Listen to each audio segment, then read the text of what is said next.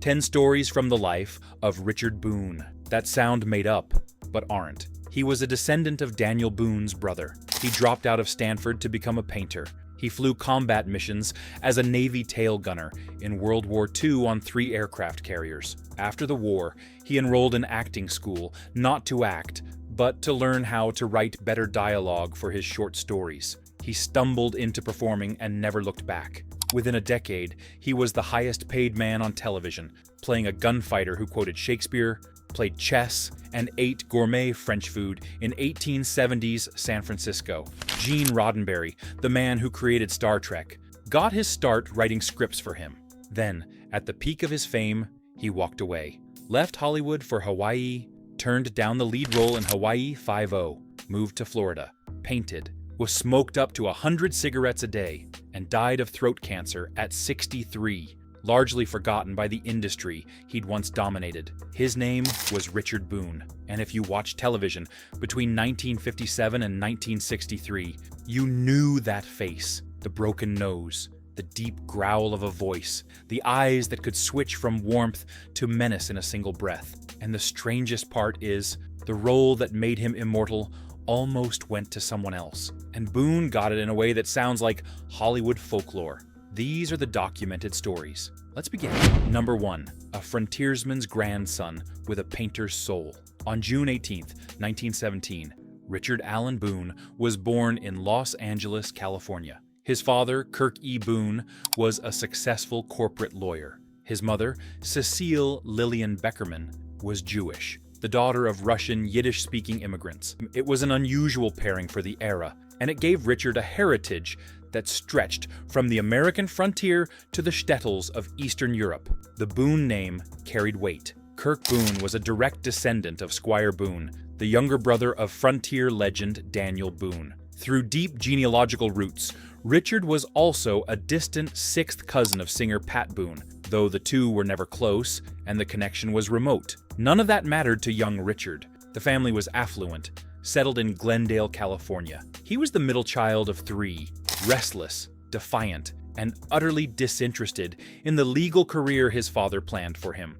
He was sent to the San Diego Army and Navy Academy, a military boarding school, where a theater teacher named Virginia Atkinson first put him on a stage. A fellow student in the same drama club was Robert Walker, who would later star in Hitchcock's Strangers on a Train. After Hoover High School in Glendale, he entered Stanford University in 1934, joined Theta Chi fraternity, and by several accounts won the Pacific Coast Intercollegiate Light Heavyweight Boxing Championship.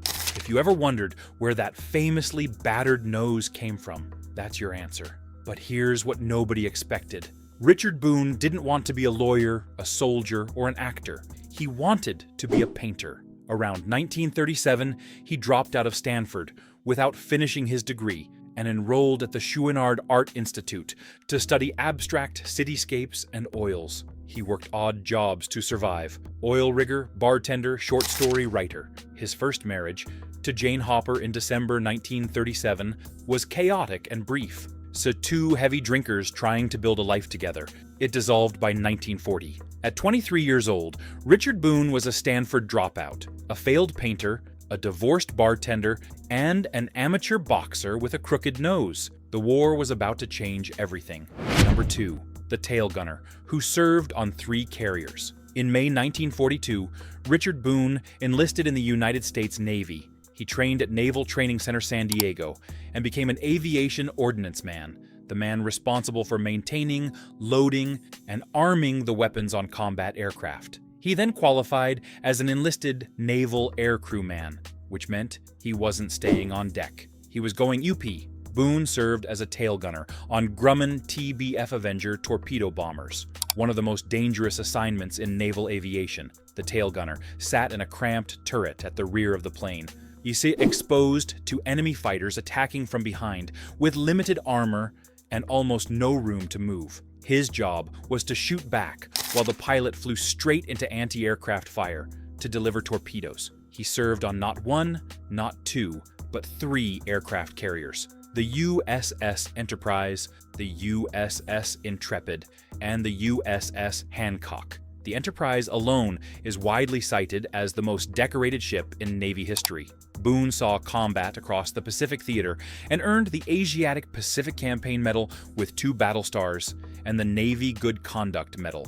But the war left marks that didn't show on medals. Multiple sources confirm that Boone struggled with alcoholism for the rest of his life, a condition rooted at least partly in what he witnessed during the Pacific Campaign. She, the man who flew into Japanese anti-aircraft fire, came home carrying damage that no medal could acknowledge and no doctor could fix. And here's the detail that makes his entire career possible. During the war, unable to carry painting supplies on a torpedo plane, Boone turned to writing. He scribbled short stories in the style of Hemingway and Dos Passos, and he realized something. His dialogue was terrible. So, when the war ended in 1945, he made a decision that would accidentally create one of the greatest actors in television history. Number 3. The man who enrolled in acting school to become a writer. Richard Boone didn't set out to become an actor. He set out to become a better writer. After the war, using his GI Bill, he enrolled at the neighborhood playhouse in New York City to study under the legendary acting teacher, Sanford Meisner. His reasoning was entirely practical.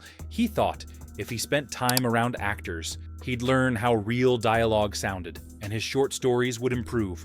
He also took movement classes with Martha Graham, the mother of modern American dance, a tail gunner and amateur boxer studying modern dance. That was Richard Boone. Then something shifted. He discovered he had a genuine gift for performing. The writing ambitions quietly fell away. He joined the actor's studio, where his classmates included Marlon Brando, Carl Malden, Eva Marie Saint, and Julie Harris, possibly the most talented group of young actors ever assembled in one room. His Broadway debut came in 1947 in a production of Medea, starring Judith Anderson and John Gielgud. Boone played a soldier and understudied Gielgud's Jason for 214 performances. He followed that with Macbeth in 1948, then dove headfirst into live television, appearing in roughly 150 live TV shows between 1948 and 1950. It was his voice that opened the door to Hollywood. Director Louis Milestone heard Boone's deep, commanding baritone during a screen test and was so struck by it that he summoned Boone to California and secured him a 7-year contract with 20th Century Fox. The man who enrolled in acting school to fix his short stories was now a contract player at a major Hollywood studio. He never went back to fiction writing, and for the next 3 years, Fox would waste him, casting him exclusively as the heavy. Boone later said bitterly, "For 3 years, I didn't play anything but dirty men at 20th Century Fox. Why? I seldom got to shave." That was about to change. Number 4. The doctor who changed television before anyone noticed. In 1954, NBC premiered Medic, a medical anthology series created by James Moser. Boone narrated and occasionally starred as Dr. Conrad Steiner, and the show broke every rule television had. It filmed inside actual hospitals, with real doctors and real medical equipment, and depicted procedures with clinical accuracy that made network executives sweat. The pilot episode featured genuine footage of a live birth, a first for American television. Later episodes tackled subjects considered untouchable: sterility, euthanasia, leprosy, postpartum depression, even the medical aftermath of a nuclear attack. The network panicked. An episode showing a cesarean section drew the fury of Cardinal Spellman of the New York Archdiocese. NBC buckled under the pressure and censored it. A separate episode featuring a black physician was quietly suppressed by Southern affiliate stations, still reeling from the Brown versus Board of Education ruling. The show was fighting battles it couldn't win, not because it was wrong, but because it was too early. Medic won 2 Emmy Awards and earned multiple nominations, but it was canceled after just 2 seasons, crushed in the ratings by the unstoppable I Love Lucy. Every medical drama that followed, Ben Casey, Marcus Welby, ER, Grey's Anatomy, owes a debt to the show Richard Boone anchored before the audience was ready for it. And that show caught the attention of CBS, and they had something very specific in mind for him. Number 5. Paladin, the gunfighter who quoted Shakespeare and owned Saturday Night. On September 14th, 1957, Have Gun, Will Travel premiered on CBS, and American television would never be quite the same.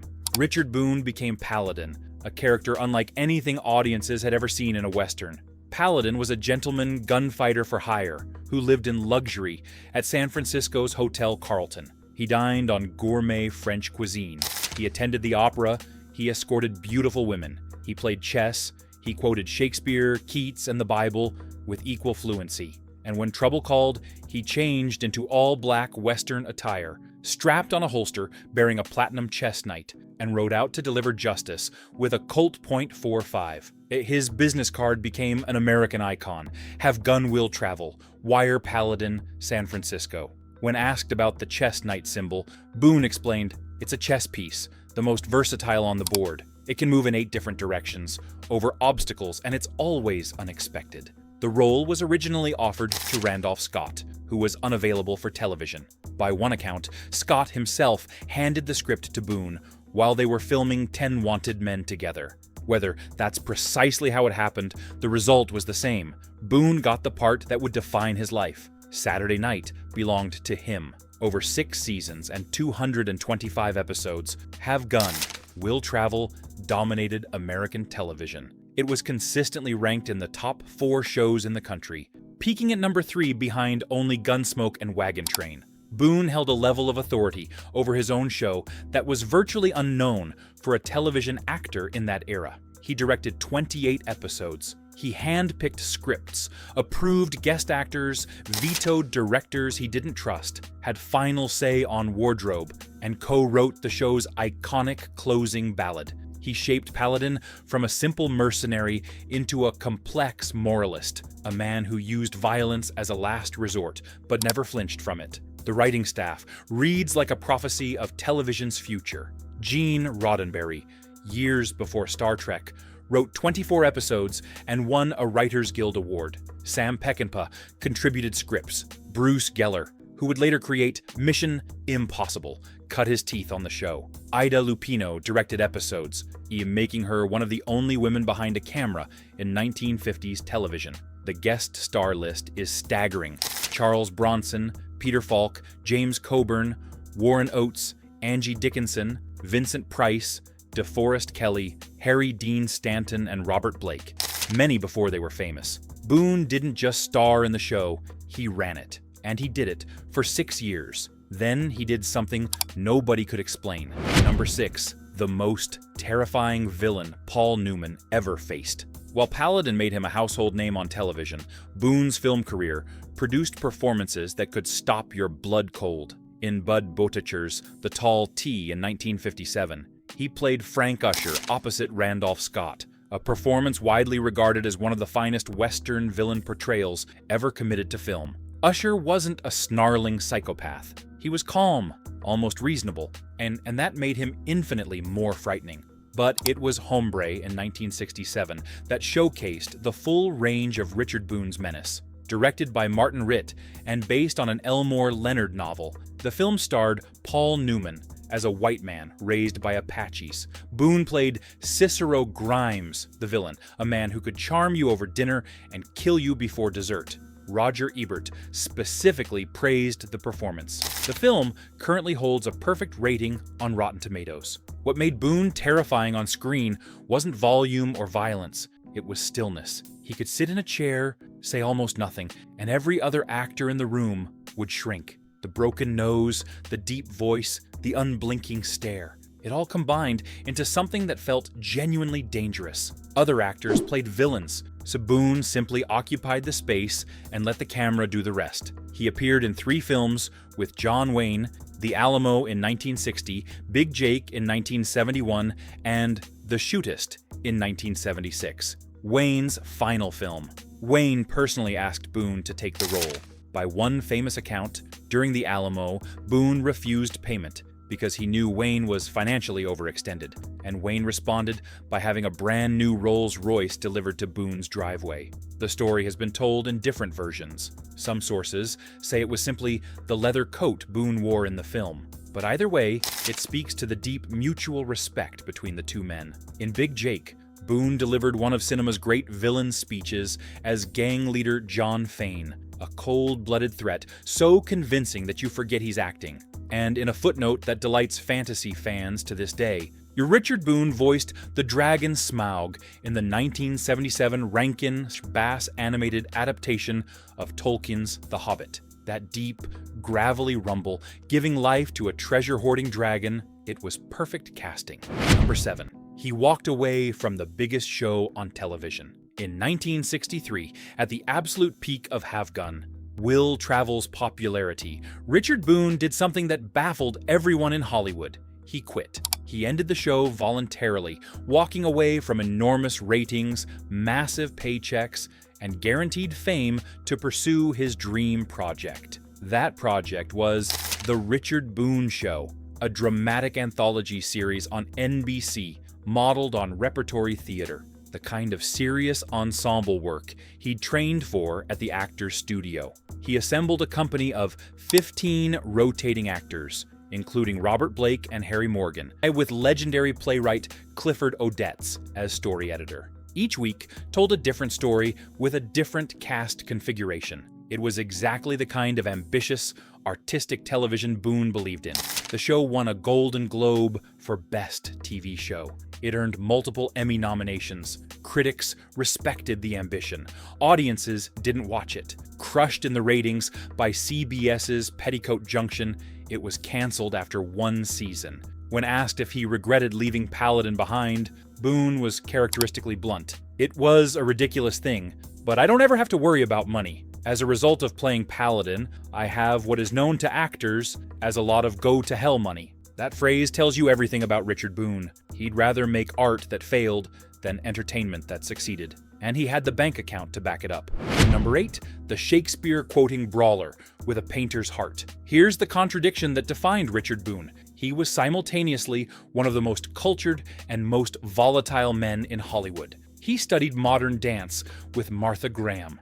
He painted abstract cityscapes his entire life. He could recite long passages of Shakespeare from memory, not as a party trick, but because he genuinely loved the language. He wrote a newspaper column. He directed stage productions. He taught acting at Flagler College in Florida and at the Neighborhood Playhouse in New York, where he temporarily replaced his own mentor, Sanford Meisner, in a cruel twist of fate, because Meisner was being treated for throat cancer, the same disease that would eventually kill Boone. He also drank heavily, fought freely, and terrified people. His alcoholism was severe and lifelong. During the filming of God's Gun in 1976 in Israel, he walked off the set before recording his dialogue. His voice had to be dubbed by someone else entirely. He later described the experience with savage wit. "I'm starring in the worst picture ever made. The producer is an Israeli and the director is Italian, and they don't speak. Fortunately, it doesn't matter because the director is deaf in both ears." Multiple sources confirm that the drinking seriously damaged his later career. Directors hesitated to hire him. Leading roles dried up. The man who once handpicked every script, director, and guest star on the third most popular show in America found himself taking work in low-budget European productions just to stay busy. But the intellectual fire never went out. He kept painting. He kept reading Shakespeare. He kept teaching young actors. The boxing champion who danced with Martha Graham. The tail gunner who painted abstracts. The television cowboy who quoted Keats over dinner. When someone called him intimidating, he responded, "I don't know how anyone could do that to me. Everyone knows I'm a honey bear." Nobody believed him. Number 9. From Hawaii to Florida, the man who kept leaving. After the Richard Boone Show was canceled in 1964, Boone did what almost no television star has ever done voluntarily. He left. Not just the show, he left the city. He packed up his family and moved to Honolulu, Hawaii, a place he'd fallen in love with during the war when his carrier docked there in 1943. He lived in Hawaii for roughly 7 years, establishing a production company called Pioneer Productions, teaching acting locally, and dreaming of turning the islands into a second Hollywood. He helped persuade producer Leonard Freeman to film Hawaii Five-0 entirely on location, rather than on a California soundstage. Then came the offer that most actors would have given anything for. Freeman, grateful for Boone's help, offered him the lead role of Steve McGarrett in Hawaii Five-0. Boone turned it down. The role went to Jack Lord, who had appeared as a guest star in the very first episode of Have Gun, Will Travel. Lord played McGarrett for 12 seasons and became a television icon. Boone tried to launch his own Hawaii-based series with a pilot called Kona Coast in 1968, but CBS chose Hawaii Five-0 instead. He later returned to television with Heck Ramsay, a mystery series produced by Jack Webb that aired from 1972 to 1974 as part of NBC's Sunday mystery movie rotation. Jack Ramsay was a former gunfighter who used early forensic science to solve crimes, essentially a CSI Western, decades before CSI existed. In one episode, Heck reveals he once worked under the name Paladin, a knowing wink to loyal viewers. Boone joked, "Heck Ramsay is a lot like Paladin, only fatter." Around 1970, he moved again, this time to St. Augustine, Florida, where he wrote his newspaper column, directed local theater, and lectured at Flagler College. In his final year of life, he was appointed Florida's cultural ambassador. He also received an award from Israeli Prime Minister Yitzhak Rabin in 1979 for his contributions to Israeli cinema. The son of a Jewish mother from a Russian immigrant family, honored by the State of Israel near the end of his life. Some circles close quietly. Number 10. 100 cigarettes a day in the Pacific Ocean. Richard Boone was a chain smoker of extraordinary commitment.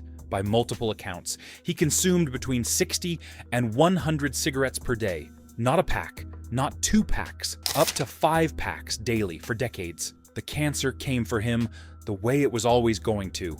A dentist spotted a tumor during a routine examination. Throat cancer, the same disease that had struck his mentor Sanford Meisner. The diagnosis was a death sentence, delivered through the very instrument that had built his career, his voice. On January 10th, 1981, Richard Boone died at his home in St. Augustine, Florida. He was 63 years old. The cause was throat cancer, complicated by pneumonia. His wife, Claire, the former ballerina he had married in 1951, his third and final wife, was at his side. They had been together for 30 years. The funeral was private. The family requested no flowers. He was cremated, and his ashes were scattered in the Pacific Ocean off Hawaii, the same waters where he'd flown combat missions as a young tail gunner, the same islands where he'd tried to build a new life after television. He left behind his wife Claire, his son Peter, who had appeared as a child actor in several Have Gun, Will Travel episodes, a grandson named Sean Allen, and a sister. He received 5 Emmy nominations across 3 different shows, but never won. He won a Golden Globe, 3 National Television Critics Awards for Best Actor, and earned a star on the Hollywood Walk of Fame. But by 1981, the television Western was dead as a genre, and the man who had once owned Saturday Night was largely forgotten. Here's what stays with you about Richard Boone. He was a frontiersman's descendant who wanted to be a painter, a Stanford boxing champion who studied modern dance, a Navy tail gunner who enrolled in acting school to improve his fiction writing and accidentally became an actor, a man who created one of television's most iconic characters, then walked away because he wanted to do something more ambitious, a Shakespeare scholar who brawled in bars, a classically trained artist who smoked 100 cigarettes a day. He turned down the role of Steve McGarrett. He voiced the dragon Smog. He made John Wayne respect him so deeply that the Duke cast him in his final film. He played chess-playing gunfighters and French-speaking doctors and cold-blooded kidnappers with equal conviction. And when it was over, they scattered his ashes in the Pacific, because that's where his war had been, and that's where his peace was. If you grew up watching Have Gun, Will Travel, you remember the card, the chess knight, and that unmistakable voice. Now you know the man behind it, the painter, the tail gunner, the Shakespeare scholar, the brawler, and the honey bear who frightened everyone, but claimed he didn't know how. Which story surprised you most? The boxing champion who danced with Martha Graham? The acting school enrollment that was never supposed to lead to acting? The Rolls Royce from John Wayne? The 100 cigarettes a day? Let us know in the comments. Like, share, and subscribe for more stories about real people who lived impossible lives. Please give this video a like if you enjoyed it. It truly helps us grow. Thanks for watching.